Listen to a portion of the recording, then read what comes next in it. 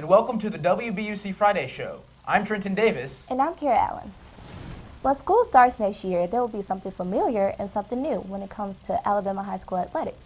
The Alabama High School and Athletic Association has approved a new 7 classification system that will be adopted by all sports. That's the new part, but as reporter Chris Brady and producer Wes Smaha show in this report, who will be reunited with some familiar rivals. Recently, there has been a change in the high school sports world. Hoover, along with other larger schools in the state, will be playing in a new class, 7A. We talked to Athletic Director Myra Miles and Hoover football coach Josh Niblett. Hoover High School Athletic Director Myra Miles says the AHSAA is trying to make athletic competitions fairer. The state association has tried to do what they can to maybe level the playing field. Miles told us that Hoover will be playing its old rivals again. Region games are going to be against the big rivals, Vestavia, Spain Park, getting some of these, Thompson, some of these other schools back that we haven't. Hoover football coach Josh Niblett is excited about the extra class because it allows for one more championship game to be played. And other programs to maybe play in the championship game. It allows 2 more teams to have the opportunity. For WBUC News, I'm Chris Brady. Speaking of familiar, there are over 25 former students who attended either Berry or Hoover that are now on staff at Hoover High. WBUC's Trey Davis shows us that you can indeed go home again. For some teachers, it may be difficult to go teach at your alma mater, but for some of our teachers, it's a different story. Teachers like Hannah Zarzor and Jeff Haley are thrilled to be back. I've had a great time. I wouldn't change nothing. I can say that I'm proud to be back to where I am. Though they are happy with being hired, there are some differences between when they went to school then and now. It was great. I had a great time going to school there. I had a really good group of friends and really enjoyed my time there, both in academically, school-wise, and sports-wise. Had a lot of fun. It is a lot different because the size is, not even close.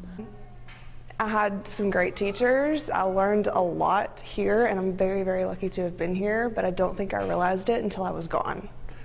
So, it's one of those things that you come back and you just say, oh, I had no idea. Coach Haley said he wasn't initially sure on coming back to Hoover City Schools. It's something I would have loved to have done, but it wasn't something I was set on. But I had the opportunity my second year to come back, and I jumped at the opportunity. I'm glad I did. Some of our teachers are glad to be back because they believe that we are lucky.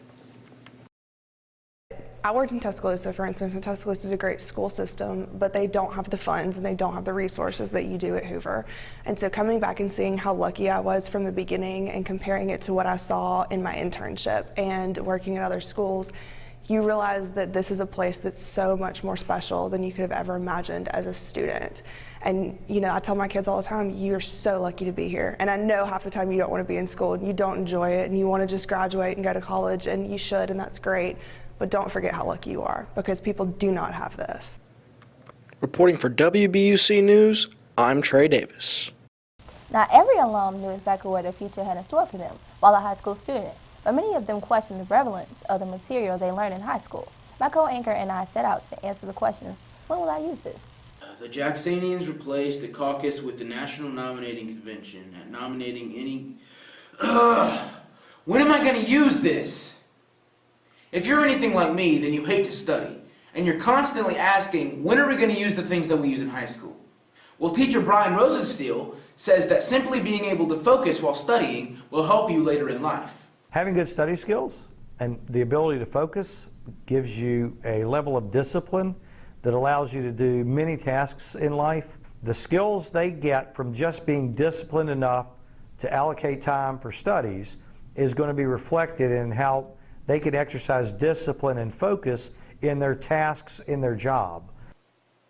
Not only will the things you learn in high school help you in your job, but they'll help you in your everyday life. Mrs. Hamley says that learning to analyze literature helps you look at things differently.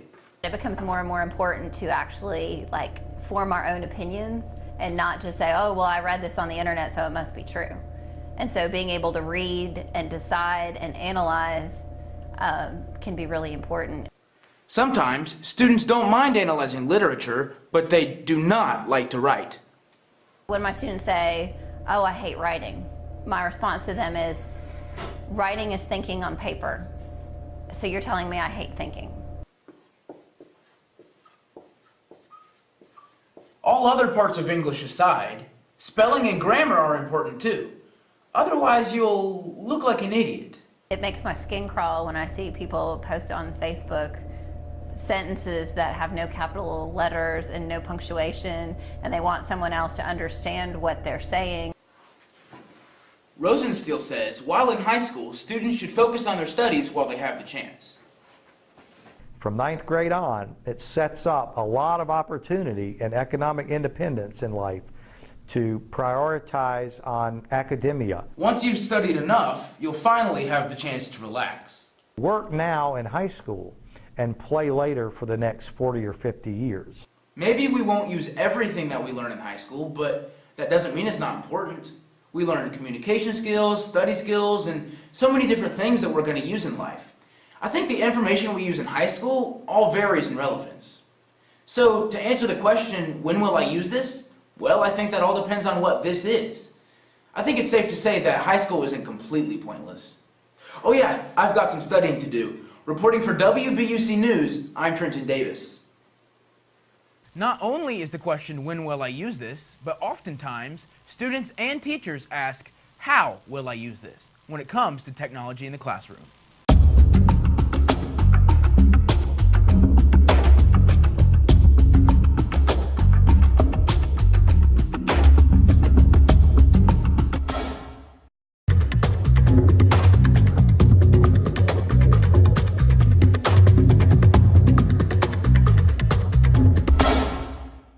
I feel like each year we just gain leaps and bounds every single year. There's so much more to learn. Every day, what's new, what's happening out there? Use like Notability and really stay on top of things with it. What makes the iPad so great is that it can be used as a toy outside of class. You can use it for entertainment purposes at home. So you can use it as a tool and a toy, and that's what makes them really powerful. If you're not using it in a useful way, then technology can get in your way. I think in the classroom people do use it as a school tool. I want them to be able to have the tool and use the tool that's most comfortable to them. I don't have to carry around a bunch of binders and a bunch of textbooks and notebooks. It makes it a lot easier. A program called Sketchbook Express that's a free app, and they do a lot of their drawings on there, and that allows us to save a lot of paper. All these are just tools that we use, and it's just technology gives us another color on our palette. They can have information just quick and easy, right at their fingertips. So I think it's definitely enhanced their learning. We need to teach students to learn to learn. Just teaching them content is not sufficient. It's really helped with my time management skills. Just pop out my iPad and just start working on whatever. I think it's prepared me more for college because, next year nobody's going to be looking over my shoulder, making sure I'm paying attention in class and staying on track. Most of the careers that will be out there when you graduate aren't there now. So you need to be able to learn a new career and a new skill very quickly. I feel like our generation and people younger than us adapt so easily. They're just way ahead of the curve because of the technology that we've had and because of the technology that they've been exposed to, and in coding and what all the different things that we're doing here at Hoover High School. This is our last episode before spring break. Next week, the WBUC staff will be heading to Orlando, Florida for the Student Television Network convention. We'll have more on that story next time, so be sure to subscribe to our YouTube channel for more. You can find us at youtube.com/Hoover High News. Thanks for watching. We'll see you next time, and Go Bucks!